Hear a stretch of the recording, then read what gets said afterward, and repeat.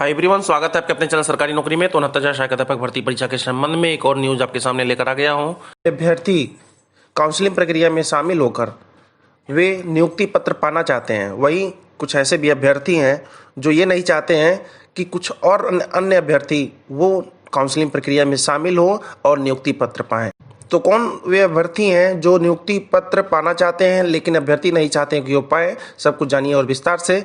पहले एक और न्यूज, जिला आवंटन लिस्ट में गुणांक और कैटेगरी जारी करने की मांग। अभ्यर्थियों ने बहुत अच्छी मांग रखी है कि शिक्षक भर्ती के अभ्यर्थियों ने सोमवार यानी कि आज जारी होने वाले इस सूची में गुणांक और कैटेगरी की भी मांग की है कि इसमें गुणांक और कैटेगरी का भी प्रदर्शन किया जाए। यह मांग इसीलिए की जा रही है कि जिससे प्रत्येक जाति के कितने लोग इसमें चयनित हुए हैं और किस वर्ग में चयनित हुए हैं इसकी भी जानकारी हो सके, क्योंकि बिना आरटीआई के ये जानकारी ली नहीं जा सकती। तो आरटीआई ना करना पड़े, इस समस्या से निदान पाने के लिए अभ्यर्थियों ने यह मांग उठाई है, जो कि बहुत अच्छी मांग है। सबको इसकी सराहना करनी चाहिए। फिर आगे है कि साथ ये भी पता चलेगा कि सरकार ने भर्ती में आरक्षण समेत सभी जितने नियम है उनका पालन किया है या नहीं किया है।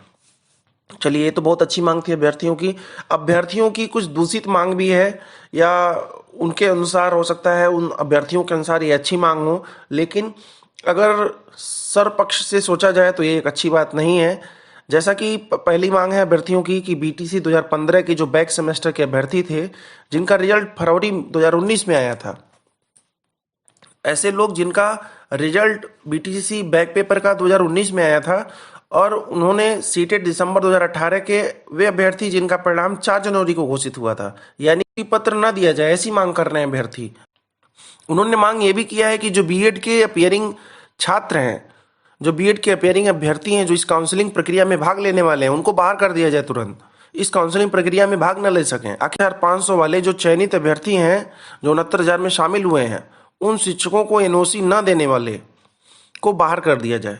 चलिए, ये तो बात अच्छी है कि अगर एनओसी नहीं दे रहे हैं तो उनको बाहर कर दिया जाए। तो दूसरी चीज ये है कि जो प्राप्तांक और पूर्णांक की गलती कर बैठे हैं, इनका मतलब ये है जो लोग गलती कर बैठे हैं फॉर्म में, उनको संशोधन का मौका भी ना दिया जाए और उनको इस भर्ती प्रक्रिया से बाहर कर दिया जाए। ऐसा इसलिए नहीं कि उन्हें भर्ती प्रक्रिया से बाहर करना चाहते हैं, ऐसा इसलिए करना चाहते हैं कि वो हटेंगे तो मैं उनका स्थान ले लूँगा, ऐसा उनका सोच है। तो काफ़ी सारे ऐसे अभ्यर्थी हैं जो अच्छे रास्ते पे चल रहे हैं, वहीं काफ़ी सारे अभ्यर्थी हैं जो बुरे रास्ते पे चल रहे हैं। उनकी मांग ये है कि इनका ना हो पाए, उनका ना हो पाए, केवल मेरा ही हो जाए। ऐसा कहाँ तक संभव है और कहाँ तक उचित है, ये तो उनकी जो मानसिकता है। अगली न्यूज जानते हैं, जो दिव्यांग जन हैं उनको आरक्षण का जो लाभ मिलना था 4% का, 4% का, वो घटा करके 3% कर दिया गया है। एक तो जिनसे सहानुभूति बनता है, आप जानते ही होंगे दिव्यांगों से सबकी सहानुभूति जो है बनती है। आप जानते होंगे दिव्यांगों से सबकी सहानुभूति बनती है, सब लोग सहानुभूति दिखाते हैं, लेकिन सरकार कितनी सहानुभूति दिखा रही है कि आपके परसेंटेज को 3% कर दिया जा रहा है, 4 से, मतलब घटा दिया जा रहा है। शिक्षक भर्ती के लिए आवेदन करने वाले दिव्यांग अभ्यर्थियों में भ्रम की स्थिति है कि उन्हें 4% का आरक्षण मिलेगा। आरक्षण नियमों के अंतर्गत मान्य 3% सीटों पर ही नियुक्ति होगी। अयोध्या के गोपाल जी हैं, प्रदीप कुमार दुबे हैं, आदि और भी अभ्यर्थी हैं जो 1 सितंबर 2018 को जारी शासनादेश का हवाला देते हुए दिव्यांग वर्ग के अभ्यर्थियों को विशेष आरक्षण के तहत 4% आरक्षण देने को लेकर के पूछताछ कर रहे हैं। लेकिन बेसिक शिक्षा परिषद के सूत्रों का कहना है कि दिव्यांगों के लिए 3% आरक्षण ही मान है। थैलेसीमिया पीड़ित ऐसे अभ्यर्थी जिन्हें उक्त रोग के आधार पर आरक्षण का लाभ मिलना है, वे चलन बाधित श्रेणी में शामिल होंगे। तो सोचिए कि सरकार सबका किस तरह हक छीन रही है, सबको इस भर्ती प्रक्रिया से बाहर करने का प्लान बना रही है। अगर सबको भर्ती प्रक्रिया से बाहर ही करना था तो इस वैकेंसी को ही क्यों निकाला गया? एप्लीकेशन में दिया होता है कि जो सीटों की संख्या है वो घट बढ़ सकती है, हर एक वैकेंसी में दिया रहता है।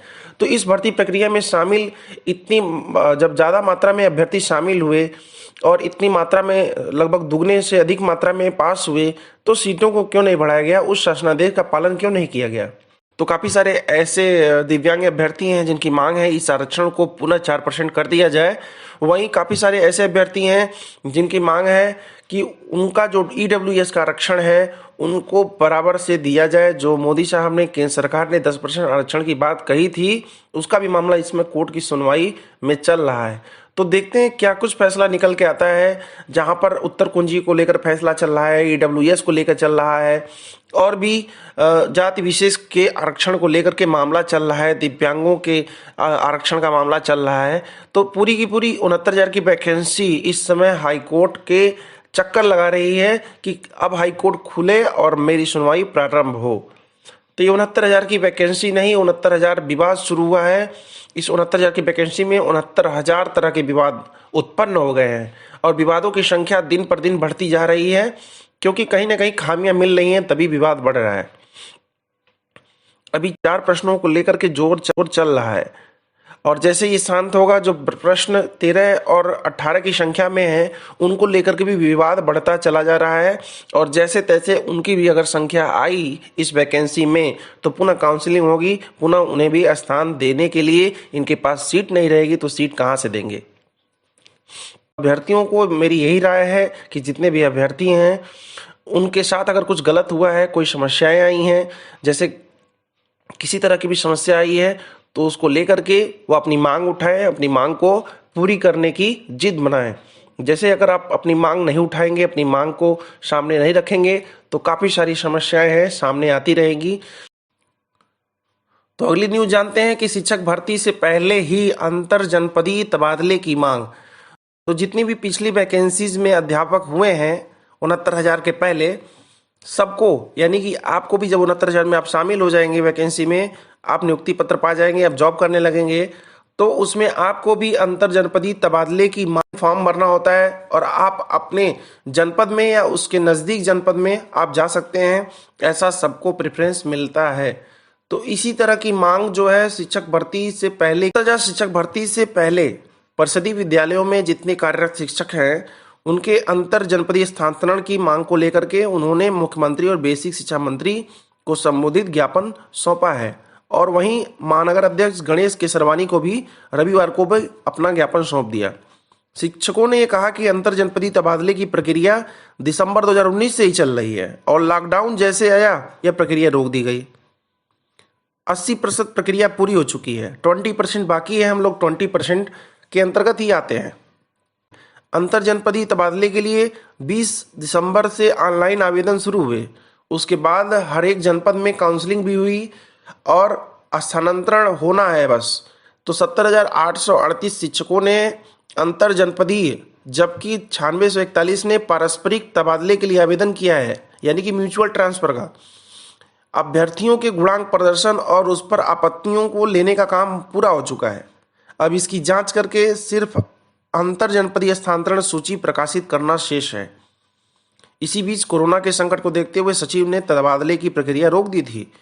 अब जब लॉकडाउन के लिए उन सब अभ्यर्थियों को रोका गया, काफ़ी वैकेंसीज को रोका गया, जबकि 69,000 शिक्षक भर्ती लॉकडाउन को दरकिनार करके कोरोना से लड़ती हुई आगे बढ़ती चली जा रही थी। ऐसा लग रहा था कि 69,000 शिक्षक भर्ती कोरोना की वैक्सीन है, यह कोरोना को मात देगी और उसको कुचलते हुए चली जा रही थी। तो इसने जब देखा कि 69,000 शिक्षक भर्ती जो कोरोना का वैक्सीन है, जो इस कोरोना काल में भी चला आ रहा है, तो उनको भी इसकी मांग उठाने की आस जग पड़ी और उन्होंने शिक्षक भर्ती जनपदीय स्थानांतरण की मांग की है। ज्ञापन देने वाले में सुदेश पांडे, हरिशंकर ओझा आदि लोग हैं। उन्होंने यह मांग इसलिए की क्योंकि अगर इसमें जो डिस्ट्रीब्यूशन हो रहा है डिस्ट्रिक्ट का, अगर सबको आवंटित हो गया, सब लोग पा गए, तो हमारा जो ट्रांसफ़र वहाँ होना था, मेरी सीट वह ले लेगा। तो मिला जुला करके अभ्यर्थियों के दिमाग में एक ही है कि मेरी सीट कोई ना लेने पाए। तो 69,000 सहायक अध्यापक भर्ती परीक्षा से रिलेटेड जितने भी न्यूज़ हैं, जितने भी अपडेट हैं, उनको समय समय पा लेने के लिए आप मेरे चैनल को सब्सक्राइब करके बेल आइकन दबा लीजिए, जिससे कि जो भी नोटिफिकेशन है वो सबसे पहले आपको पहुंच जाए। और मेरे वीडियो को खूब ज़्यादा शेयर करें, लाइक करें। धन्यवाद।